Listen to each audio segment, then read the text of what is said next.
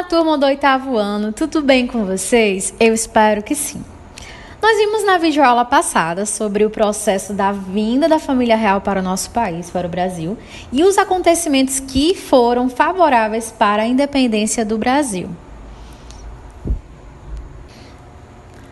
Na aula de hoje nós vamos dar continuidade para entender o processo da independência e conhecer um pouco sobre o reinado de Dom Pedro I. Para entender sobre o processo da independência no nosso país, nós devemos compreender que a chegada da família real no Brasil ocasionou uma série de mudanças que contribuiu para isso. Devemos recordar que Dom João ele foi pressionado a retornar a Portugal, né? E quando Dom João retorna para Portugal, quem fica regendo o nosso país naquele momento foi o príncipe Dom Pedro. A permanência de Dom Pedro aqui não agradou muito às cortes portuguesas. E nisto também gerou um movimento aqui no nosso país que pediam a permanência dele aqui. Em 9 de janeiro de 1822, Dom Pedro recebeu um manifesto com 8.000 assinaturas pedindo a sua permanência. Este dia histórico, como vocês sabem, ficou conhecido como o Dia do Fico. Foi quando Dom Pedro decretou que permanecia no Brasil. Outro momento foi em 7 de setembro do mesmo ano. Dom Pedro estava às margens do Riacho do Ipiranga, em São Paulo, e ele recebe 2 cartas. A primeira vinha das cortes portuguesas e a outra vinha de José Bonifácio. O que diziam cada uma destas cartas? Na carta das cortes, dizia que anulava todos os atos de Dom Pedro no Brasil e ameaçava fazer ele regressar à força para Portugal. Já na carta de José Bonifácio, dizia que só existia 2 caminhos. Ou Dom Pedro retornava para Portugal, ou proclamava a independência do Brasil. E então, a decisão de Dom Pedro foi romper com Portugal. Este ato ficou conhecido como o Grito do Ipiranga. E assim, o Brasil conseguia, com a sua independência, a emancipação política. Este processo teve como líderes, de emancipação a elite Centro-Sul, porque por trás disso eles tinham interesses em manter a liberdade de comércio e também permanecer com seus privilégios na corte. Dom Pedro então assume o governo do Brasil em meio a uma crise social, econômica e financeira, e por trás dessa independência havia também um jogo de interesses da elite Centro-Sul. E foi no dia 12 de outubro de 1822 que Dom Pedro I é declarado imperador. Este dia também era o dia do aniversário dele. Na festa da sua aclamação compareceu uma grande multidão e neste dia também foi comemorada a emancipação política do Brasil. Então, assim, o Brasil teve a independência no dia 7 de setembro, mas essa emancipação só foi comemorada no dia 12 de outubro de 1822. Turma, é importante destacar que durante esse período de independência também tiveram várias insatisfações, porque nem todas as províncias aceitavam de boa a independência. Províncias como a Bahia, Piauí, Grão-Pará, Ceará, Maranhão, estes pegaram armas para combater militares que eram fiéis a Portugal. E assim iniciou mais lutas pela independência. No caso aqui foram 2 conhecidas, a Batalha de Pirajá e a Batalha do Genipapo. Como é que se deu esse processo, dessas lutas pela independência? Na província da Bahia tiveram vários combates e os batalhões que vinham do interior fizeram um cerco às tropas portuguesas. Os soldados portugueses foram vencidos e essa batalha ficou conhecida por Batalha de Pirajá. Depois, com o apoio de navios ingleses, a frota de Dom Pedro I conseguiu bloquear e expulsar os batalhões portugueses no dia 2 de julho de 1823.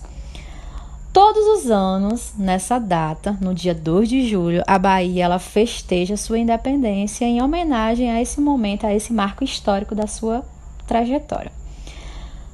Nessa luta, por independência, outros nordestinos também iniciaram a chamada Batalha do Genipapo. Essa Batalha do Genipapo, ela iniciou na província do Piauí. A Câmara de Parnaíba declarava-se favorável também à independência. A batalha reuniu cerca de 2.000 nordestinos armados de faca, espingardas velhas, e eles enfrentaram os portugueses com seus canhões em mais de 5 horas de luta. O que é interessante é que esses guerreiros não tiveram nenhum treinamento. Eles tinham apenas o objetivo de libertar a província do Piauí do domínio português.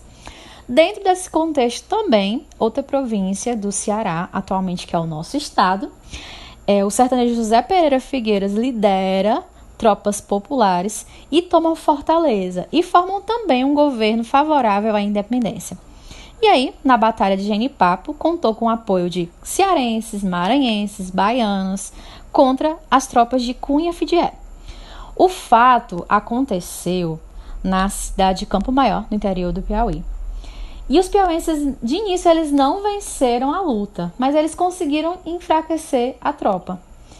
A batalha se estendeu e continuou, e foi em Caxias que as tropas foram forçadas a se render.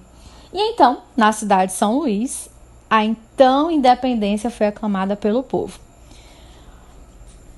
A imagem de cima, ela representa justamente o momento da aclamação da independência do Brasil, o momento que Dom Pedro é declarado e aclamado imperador. E a segunda imagem representa a Batalha de Genipapo. Outro detalhe que é importante é que o reconhecimento da nossa independência, ela envolveu certos interesses. No caso, os Estados Unidos eles foram o primeiro país a reconhecer em 1824. O então presidente, que era o Monroe, ele aceitou com a doutrina a América para os americanos, ou seja, nada de interferência europeia. No caso de Portugal, ele reconheceu em 1825, mas exigiu um pagamento de 2 milhões de libras, e aí foram necessário fazer um empréstimo no nosso país.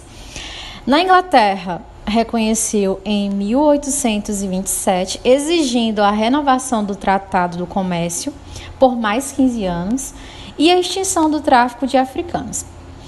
Com a então independência, o Brasil precisou fazer as suas próprias leis e foi em maio de 1823 que houve uma Assembleia Constituinte na cidade do Rio de Janeiro.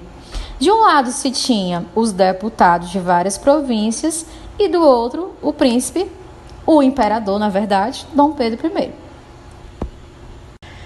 Essa Assembleia Constituinte, ela foi marcada por várias tensões e conflitos entre os dois lados.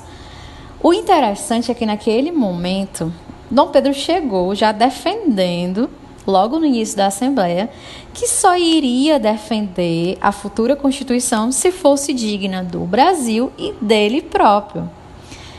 Naquele dia, teve prisão de deputados porque alguns queriam limitar os poderes de Dom Pedro. E os deputados que foram presos e expulsos do país foram justamente José Bonifácio e seu irmão Antônio Carlos. Daí percebemos o quanto Dom Pedro I foi extremamente autoritário. Além dele prender e fechar a Assembleia, ele nomeou 10 pessoas de sua confiança e assim nomeou o chamado Conselho de Estado. Este conselho criou a primeira Constituição no dia 25 de março de 1824. E assim a Constituição adotava uma monarquia hereditária, na qual o único poder, na verdade, da forma que fosse distribuída, só seria exercido pelo soberano, no caso Dom Pedro I, e seria passado para o seu herdeiro.